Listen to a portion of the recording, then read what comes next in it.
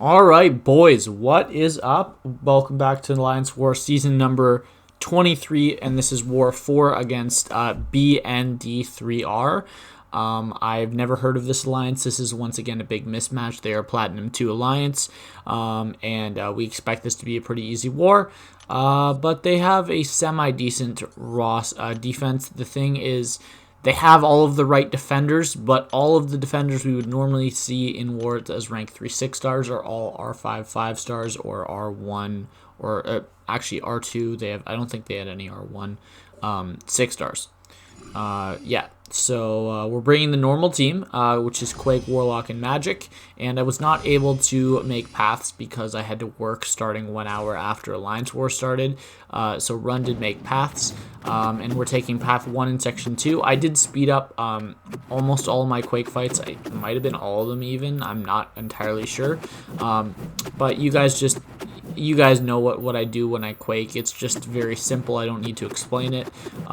So if you hold heavy at the beginning of the fight on this node and the opponent isn't immune to accuracy reduction or have enhanced ability accuracy reduction on themselves, then you prevent the arc overload from activating, which means they're never unblockable. So you could block if you wanted to. I just don't with Quake. But yeah, the game was loading a little slow, as you guys can see here, as I'm trying to move up to Silver Surfer. But this next fight is Silver Surfer on Masochism, and this is a easy Warlock fight. Class disadvantage is kind of irrelevant. I'm using a special 1 boost here. I'm not actually using it for this fight because it doesn't do anything for this fight whatsoever. But what I am using it for is I'm using it for the next fight. Also, you'll notice that I was able to parry right away at the start of the fight, and it's stunned. And what that told me is that this guy's actually running suicides. Because what he did is Masochism shrugged off his suicide debuffs at the start of the fight. And that was like a 25-second fight, even with class disadvantage, so that was awesome. But the SP1 boost did speed it up a little bit. And now let's go into the next fight. So this is going to be Man-Thing on Power Snack. You guys have seen me take this fight several times before. You see the game was very laggy here again. Took me a while to move up. But this is actually an unduped Man-Thing, which I was not really expecting to see. But this is only an R2, so it's not really that big of a deal. I would definitely R3 my Man-Thing, though, if I awaken mine. And yeah, I've done this fight several times before on the channel, so I'm going to speed this video up. I believe I could be wrong. No, actually I don't. Okay, right there at the beginning of the fight, I do make a mistake and I lose about 55% of my health. But what that actually does is it gives me enough power to power lock without ever worrying about his power. But the thing is, my first L2 power lock both times failed, which is a very low chance. I think it's only like a 2.5% chance for both of them to fail. So it's like 97.5% chance that you power lock on your L2. See right there, only one of them worked. But as soon as I do get this guy power locked, I'm not going to lose any more health for the rest of the fight, as we're going to play this fight intercept style. And that's just because this is a war that doesn't really mean anything, so I don't care if I die, so I'm just playing aggressive as hell. And it seems to be working. So we're hitting all of our intercepts, we're not losing any more health. The reason that I went in is because I thought I actually hit the parry, and I didn't notice that he wasn't stunned, and that he was unstoppable. Because I do know the timing very well for punishing Man-Things heavy while he's unstoppable. I just honestly didn't notice. So that's my excuse, believe it or not. But yeah, so right there I did a light attack because if it would have landed if he was stunned, but if he was not stunned and he threw a heavy attack, then it would not have landed, which is why it's a good thing I threw a light attack, or I would have gotten hit again. But this fight is over, so it honestly does not make a difference whatsoever. We end that fight with an L1, and it's a pretty easy fight. Let's go into our next fight. So our next fight, we're going to wait till the global is down because we're going to be taking this Korg on Footloose. And I do believe that Quake is the best counter for Korg on Footloose. Without stubborn, of course, you can just do it full deck style. You guys see me Quake Korg all the time on Mixmaster, so there's absolutely nothing new about this fight. It's just like a full evade style quaking, and yeah, this fight just took a little while. I think it takes like a minute and like 30 seconds or something like that, and that's just not fun to see in a video. So yeah, we're going to be speeding it up. Of course, it doesn't matter if he shrugs off the debuff if we're not holding heavy, because it actually does absolutely nothing in this fight. Even if he shrugs it off, it doesn't matter because we can just quake like he's stun immune the whole fight, and yeah, we'll be fine. So there we go, that fight goes down, and now we're going to be quaking this MODOK. This is on Rage, and there are a couple good counters to MODOK on Rage, and I do believe Quake is the best one. So MODOK is a defensive champion, however with no global. I'm just going to go full deck style against him. Now there is a danger against MODOK where you can get heavied in the corner.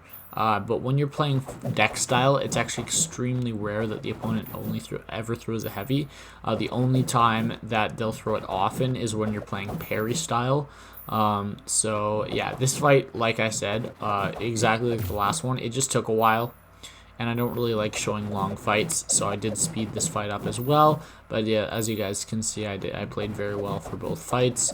I think I'm going to throw a heavy attack here and activate Rage once before the fight's over, but it didn't make a difference. So yeah, right there I activated Rage, but even if I got hit by a 5-hit combo, it wouldn't have killed me anyways. So there we go. That fight is over. Just checking that I was recording, and now we'll go up to this Storm Pyramid X. The other two guys also moved up. They waited a little bit to fight, but they did move up. We got this Power Focus 2, and I was actually scheduled to Quake this fight. However, I was not really, I was kind of feeling like Magic had not been able to shine enough in this war. I think she only had one fight this war, so I gave her this fight out of pity. This is, of course, a joke of a placement. I do not understand the logic behind putting the Storm Pyramid X here, because, I mean, I guess her L2 is hard to evade, but her L1 is just so pitifully easy that it does, like, I don't care. So I went in with low health. I didn't even bother healing just because this was such a joke.